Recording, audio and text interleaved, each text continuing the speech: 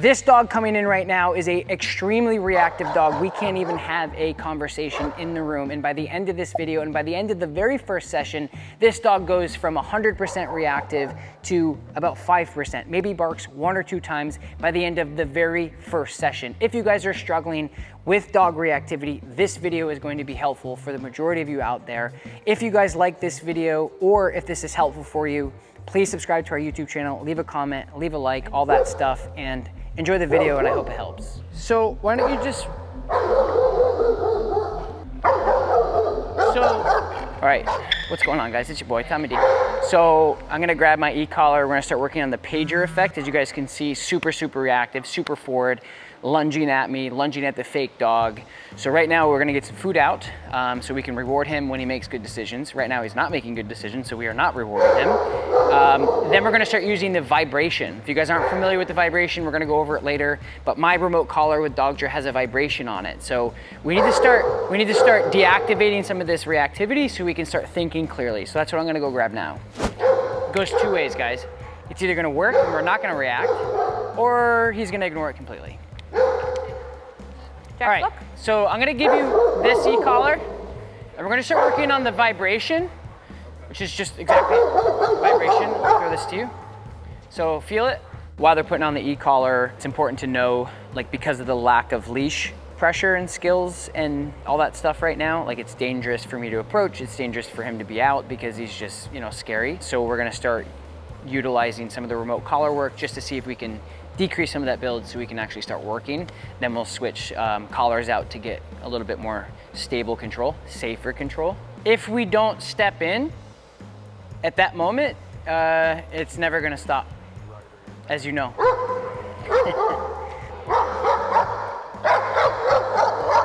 So I'm gonna use this. Leave it. So you can tell him leave it. That's the vibration there. Okay. Leave it. Good. I want you to look at his reactivity, okay? So he goes from here to here. It's just reactivity, so he doesn't really know what the hell he's doing, right? So once he does that, I'm trying to stop it here before he gets to that red zone habitual ba ba ba ba ba ba ba ba ba. Because now we can think, now we can talk, now he can understand. And the goal is to condition him the same way we would condition a reward-based system with the remote collar, using punishment with the vibration, right? So, Jack, sit, yes, good sit. If he didn't sit, he wouldn't get yes, good sit. And the goal for us is to identify and capture that the sit got him paid. And he goes, oh, every time I put my butt on the ground, I get what I want. Yep, cool. Right? I get an A+ on my test, we're going for ice cream. Good job, bud. Okay? Now, that makes sense. The moment he goes, I'm gonna kill you. It's the same exact principles on conditioning and timing that we go, oh man, we need to let him know that that's not okay. Right? That's our jobs as dog owners to assertively, at that moment, we're not gonna beat it, we're not gonna spend, you know, 2 or 3 months being like, oh, well, come over here and, like, no, that shit's not gonna work. You're gonna be stressed, right? And I wanna remove the stress out of your life. So the moment he barks and lunges and does the shit we don't want, at this point, 5 minutes into training, we're gonna use the vibration because it worked really well. So we're just gonna switch to the Star Mark plastic pinch collar. Again, this is like a hybrid. Some of you guys were asking in my Burley video, like, what I'm using. Is this really good for bigger, stronger, heavier dogs like my 70-pound, 5-month-old puppy?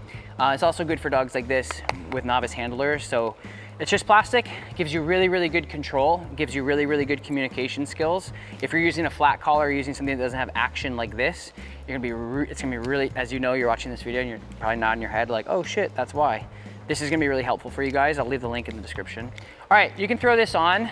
If he barks, you're just gonna say leave it, and I'm gonna use this. Okay. Meaning I'm getting close to you. So yep. I'm gonna leave it. Geez, leave it. Okay. So there, you wanna say, Jax, leave it. Okay. Okay, so put your pressure down, relax. Good. Keep him on the place though. Okay. And then you're gonna put, let me see it. Yeah, it's higher. Too big, yep. Yep. You want it right, but this is gonna be your highest collar. Okay. Yeah, this is gonna be your highest collar. So this will go in front of everything else. So when I approach, right, and he growls, barks, good, perfect. So this is a different picture, right? Right. So before, I personally think, like you said, like he's more reactive with you. Yeah. It's because you're letting him be more reactive with you, right? So when he barks and you just go stop, dogs don't give a shit about stop. Right. At all. People don't give a shit about stop, right?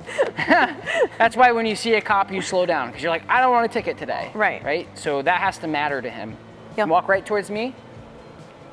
Good. You're gonna slow down and stop. Good boy. Perfect. Good. So ask him to sit. Jax, sit. A little bit of pressure up. Sit. There you go. Good. Good sit. Put your pressure down. Good. Okay. 2 things. Yep. Obedience, looking good, looking better. Okay.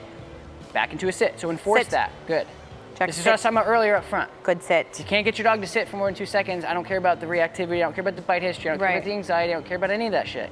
This is the sit. foundation we need to start working on. Jax, sit. Good. Now, Good sit. all you have to start doing, stop saying the sit again. If he gets up, nope. Just He knows. He's just back pressure. Pushing. That's all you got to do. Okay. Now again, 2 things. Obedience is looking better. We're not at the end of the leash pulling. We're not running around this place caught. And look how close I am. Yep. Good boy. So we're working on 2 things at the same exact time. Okay. We're working on behavioral training and temperament, doing everything we can to build off the genetics we have, and we're working on obedience. Okay. So we're holding him accountable for things. You say sit. He's so used to sitting and going, or not sitting at all. Worst case scenario for him if he didn't sit 5 minutes ago was you're just gonna ask him again. And he might get a pull up on the flat collar and he's gonna go, oh, I don't wanna sit. Okay, so now what we're doing is we're holding him accountable with the plastic pinch collar, which has action. Yeah, pressure up, see what he does. Pressure up, like hold it. Hold it. Now release, good. That's it. Okay. So he's so used to going, oh, look at the time, I'm gone. Yep. Right? Now you're gonna go, whoa, whoa, whoa, whoa, hey, am I chopped liver here? Like I asked you to sit. Right. And that's what we have to do with him. I think it's really unethical for dog owners to not hold their dogs accountable for basic obedience. Because then they go through their life, A, not knowing who's in charge, which is a terrible way for any animal to live, domesticated animal to live, right? Where they're like free for all. That's why they have anxiety. That's why they have stress. That's why they don't listen. We have corrected this dog maybe 4 or 5 times. In less than an hour, we have a completely not new dog, but this dog is staring at this dog outside right now and not reacting. And it's because of we're just adding some basic principles here. Yeah. Do you have a release command? Break. Okay, so break him. Break. Good. Jax, break. He doesn't always That's okay. break, but That's okay. He's on his break. He can do what he wants. Good. Better. Good. Good boy. All right, so Jax is doing really, really good. They're happy, I'm happy, Jax is happy, all is good. I think he just needed, like a lot of dogs who have reactivity problems, is if they don't know clearly what they're doing wrong, how can they get better? So we're fine-tuning some handling. I'm grabbing my goofy puppy Burley now, and we're gonna start using him as some distraction. He's 5 months, but he's big, so he'll be a good distraction, won't you? Burley's first working experience at the academy. I can't remember Lakota's first experience, but this is the first time I'm using Burley as a distraction. Burley, Yes, good down. boy. Yes, stay. Good. So do an inside turn and just go that way. Nice job, Heel. Jax. Really good. Great. Good boy. Sniffing. Good. Stop and sit. Sit. Jax, sit. Jax, sit. Good. So don't say sit the second time, just correct. Correct. Sorry. Yes. Heel forward. Jax, heel. Do an outside turn now. Perfect. Heel straight back to where you came from. Nice. Heel. Burley. Break. Good boy. Heel. Nice job. Really good. Let's end it there. Put him up. Okay. Break. That was wonderful. Good job. New dog. Pretty Good close. job. Obedience did good. I'm happy with that. Yeah. Really happy.